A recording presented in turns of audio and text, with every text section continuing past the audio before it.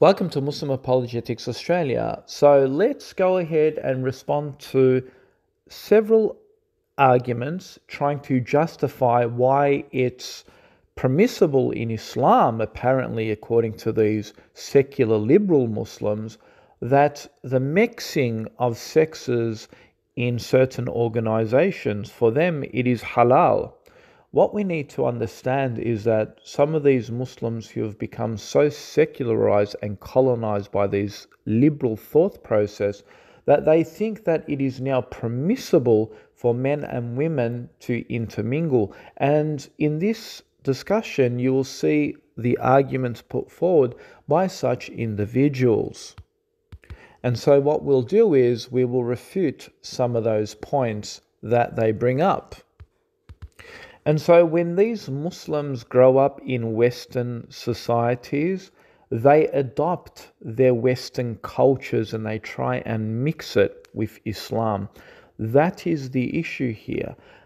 And this isn't just for Western Muslims.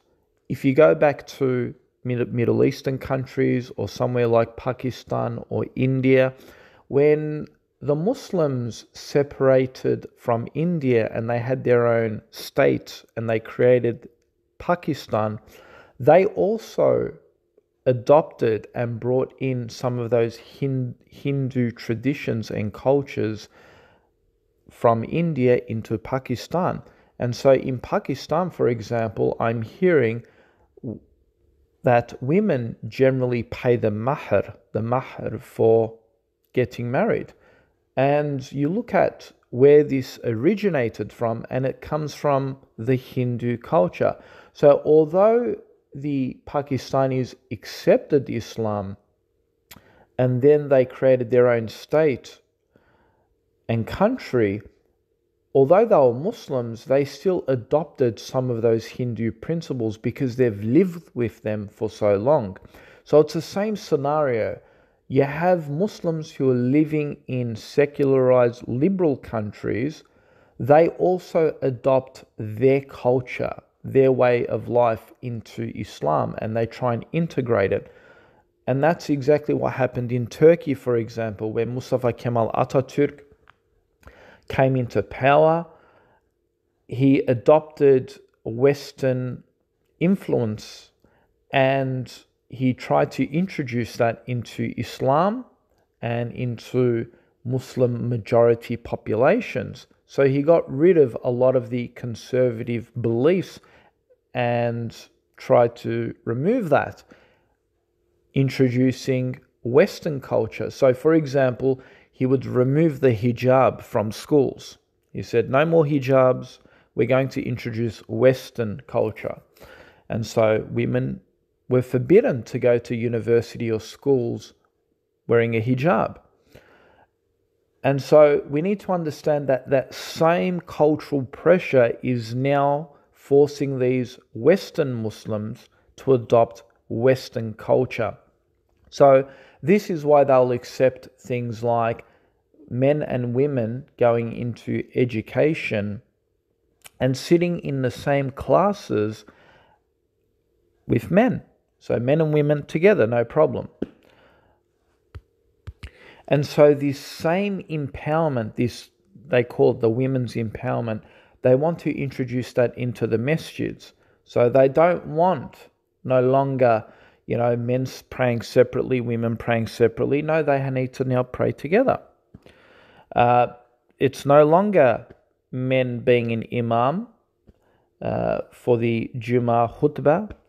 Now they're going to have women who are going to lead men in prayer and give the sermon on the mimbar. It's no longer Islam having men prophets. We're also going to introduce female prophets. And that's why they're actually saying Maryam was a prophet. There are actual women empowerment movements within Islam who are now misinterpreting the text and saying Maryam was a prophet. And they have that drive to remove all types of gender roles, although Islam lays gender roles. We no longer can have only male panelists. There needs to be female panelists.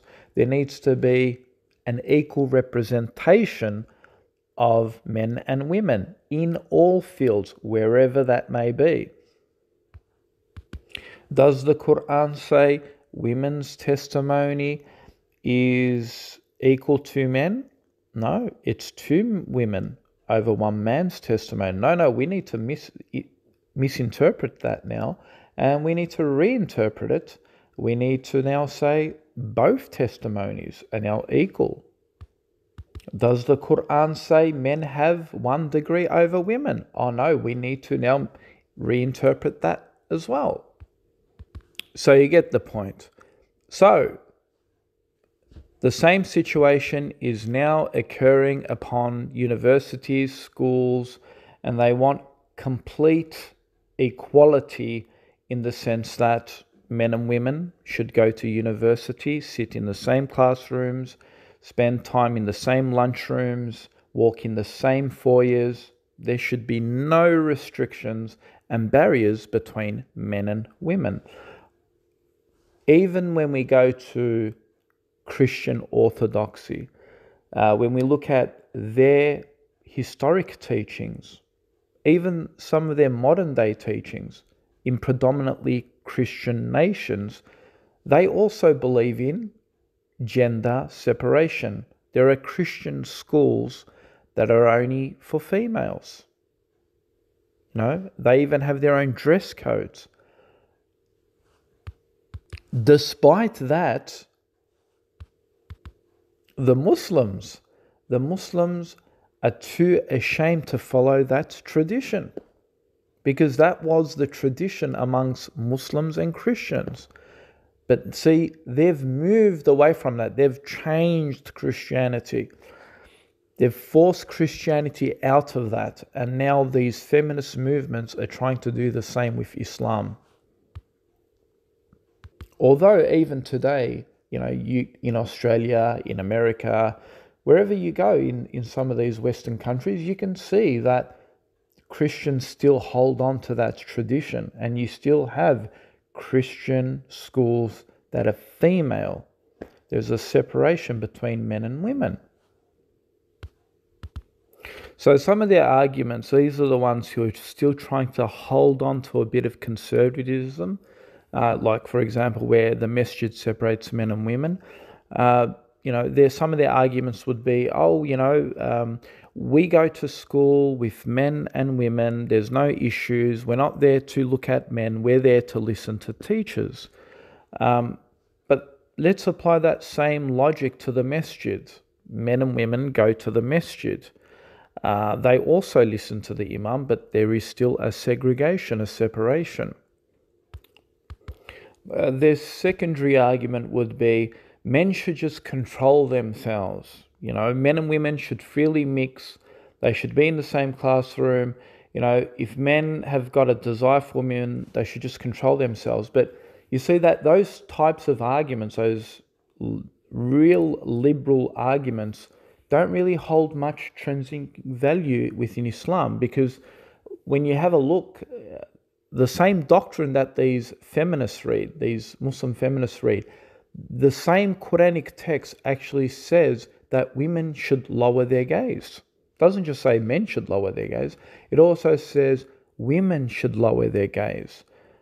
Do these same feminists turn around and say that the Quran is being illogical, that men should just control their desires? Why should women just have to lower their gaze? Do they, in fact, actually make that same argument against the Quran? I wonder. The same Quran that tells women to wear the hijab, do these same feminists actually attack the Quran and say men should just control their desires? Why does the Quran actually impose women wearing the hijab? And then they start making these blatant lies, as if I didn't grow up in Western schools. They would say, men and women don't really socialize in these classes. They're not really intermingling. They're just there to listen to the lecturer. My response to that is, of course you socialize. It's called doing projects, sometimes what is called group activities. Other students may even request help from another. And of course, from there, discussions take place. You make it sound like, everyone just sits in a bubble, they don't even look at each other. What is even worse is that these are kafir men who don't live by rules of Sharia, like casting his eyes to the ground if eye contact is made. So not only are you preaching that misgatherings of schools, you are also preaching the misgatherings of schools with even kafir men. And I'll put a hyperlink below this video. You can see that a girl who was 16 years old was actually raped in a high school in the hallway. She was screaming and yelling, and no one would actually come to her aid. So just because you're in a classroom and you feel protected in your hijab, and you've got the teacher there and fellow students, there are situations where you might be left vulnerable, like walking in a hallway and you have a male student leeching on that opportunity. And listen to this response from these secular liberalists, right? They say things like, do you know that family rape is also possible? And they say, should we now not interact with our own family members?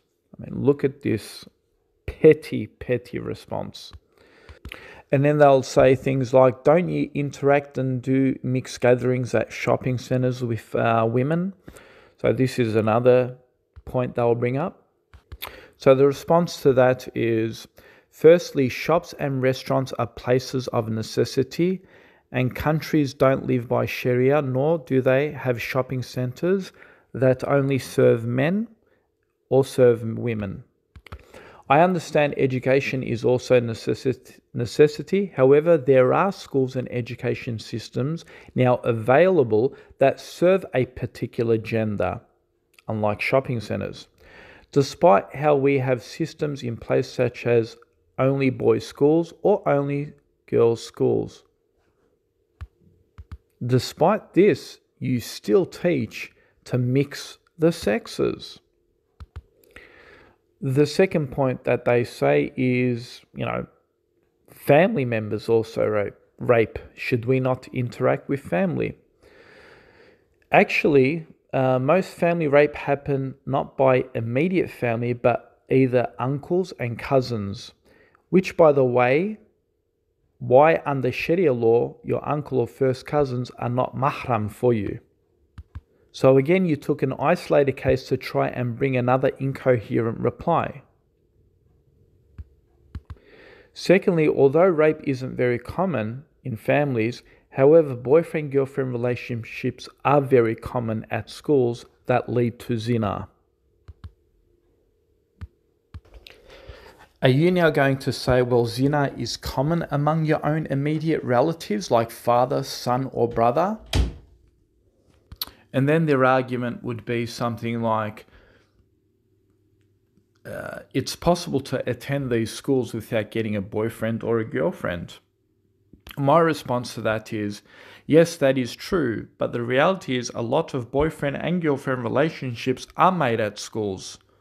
Those same schools encourage such relationships. Here in Australia, we have something called the DEB, which is an annual event where you get to pick someone from the opposite sex to take out on the school event, where you're required to dance with your partner. Although this isn't mandatory, the point being is it is encouraged. And what is even more hilarious, having sex education within mixed class fellows. I remember the time when a teacher was putting a condom on a banana while girls were present, and you can hear the girls blushing and laughing.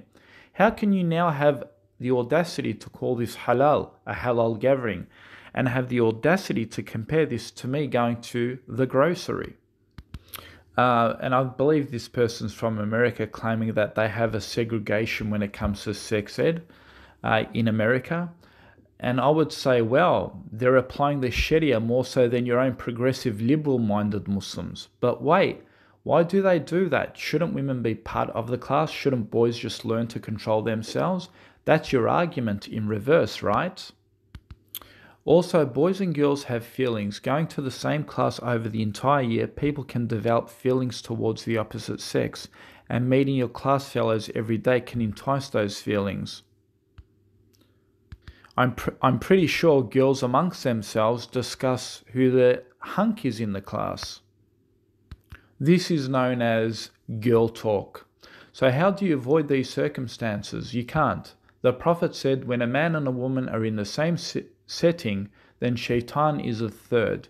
He said that to show that such settings are haram, which can invite to sin.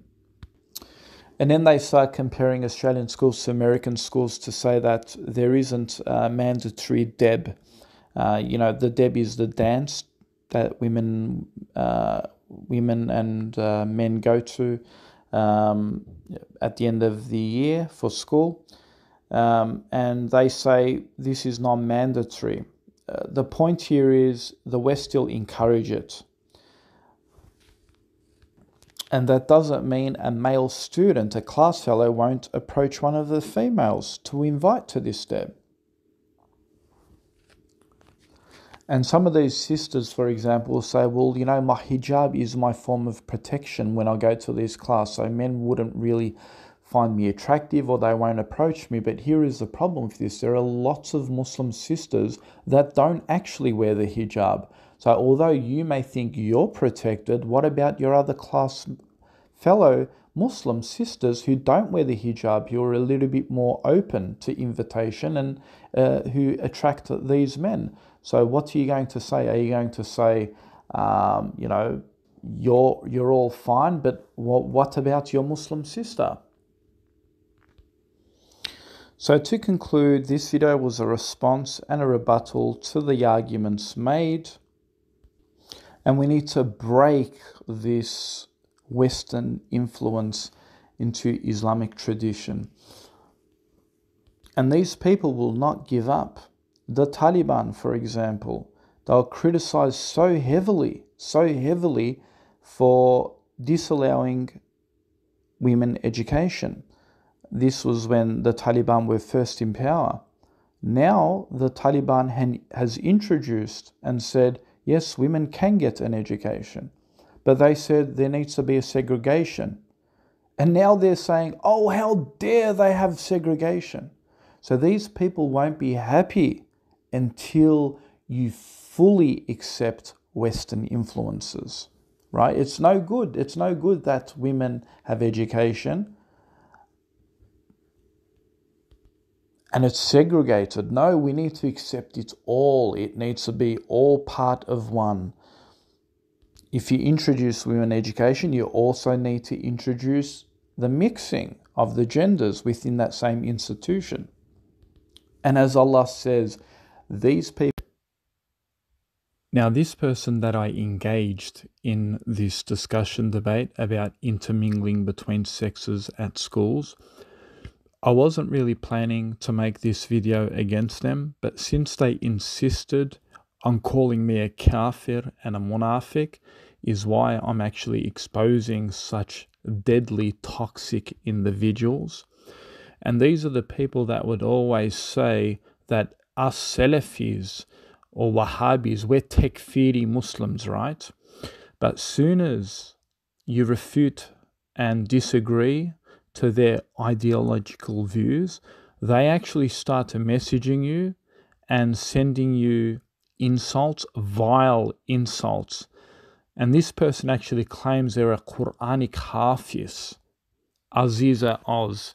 She writes in Turkish, she writes, Allah belanı versin sana. Meaning, may Allah give you bela. She says, İnşallah cehennemde yanarsın. Meaning, God willing, I hope you will burn in hellfire. She says, merak etme, Daniel kafir olduğu için de yanacak. Which means she's also calling brother Daniel Hakikato a kafir. And she says, yous aren't Muslims. No worries, yous will all burn in hellfire. So look at the takfir coming out of these people, and they claim they're Muslim, right? They claim they're Muslim. If they're so brave, why don't you show us what you look like? Huh? Why are you hiding behind the name of Allah? She continues to say, how does it feel to learn that you're a dirty kafir, Mustafa? She says, don't worry, Daniel is too, and you two will burn in hell together. She says, we know that you are gay for Daniel. Don't worry, it's clear that Daniel is gay too. So this person claims they're a Quranic Hafiz and they're insulting Daniel, calling him gay. Subhanallah. A'udhu billahi minash shaitan. You can tell that the Iblis has touched these people. How does Anne feel knowing that she raised a munafiq? So she's now insulting my mother. She's saying, how do you feel that your mother raised you as a munafiq? She says, can't even raise a Muslim. She raised a munafiq who loves men. She raised a munafiq who loves men. She says, do not use me in your video. I'm going to use you in my video because of your blasphemy, because of your insults. And on the day of judgment, I will be a witness against you for calling me a kafir. Because no doubt, the Prophet Muhammad ﷺ said that if anyone calls anyone a kafir, then be sure that one of them is definitely a kafir. So claiming you believe in Allah and the Rasul and claiming that you're a Quran Hafiz is not sufficient evidence that you are a Muslim. The Prophet Muhammad ﷺ said, a person will come on the day of judgment and they will say, oh Allah, I learnt the Quran in your name. And Allah will say, no, you are a liar. And they'll be casted into hellfire. And Allah will say, you only learnt it so people can glorify you. And sure, they glorified you. So notice, folks, the intention of learning Islam should be only done for the sake of Allah, not for people, not for the praise of people. Notice these are the same individuals that would say, don't judge me, only Allah can judge. And here they are judging anyone that goes against them. You would think that if someone is a Quranic Hafiz, if someone was on the true path of Islam, would they speak in such a fashion? Would Aisha radiallahu anha, the mother of the believers, would she personally message other Muslims and say, you're a kafir, you're a homosexual, I hope you burn in hell? Or would they actually offer peace? Would they offer to say, may Allah forgive you, may Allah guide you, may Allah bring you closer to Islam, may Allah show you the right path? Or would they condemn that person to hellfire? Would they say, may Allah curse you, may Allah ruin you, may Allah throw you in hellfire? So these people have very little knowledge. Very little knowledge. When they meet people in real life, they would act the most sweetest of individuals. Quran would come out of their mouths like honey, calling people to Islam and how the Prophet Muhammad's character was beautiful and how he showed peace and tolerance. But their true faces are shown in the private messages. These are their real inner self. They can't hide this. This is here, right? So unless this person writes me a message saying they apologize and say that they wish to be forgiven and they take back their statement, is the only time I'll remove the video from my channel. So the next time you liberals or those who support the leftards, the extreme leftards, the next time you want to say, oh, Wahhabis or Salafis are takfiris, let this be evidence now to show that your folks are the biggest takfiris when they disagree to Salafi apologetics.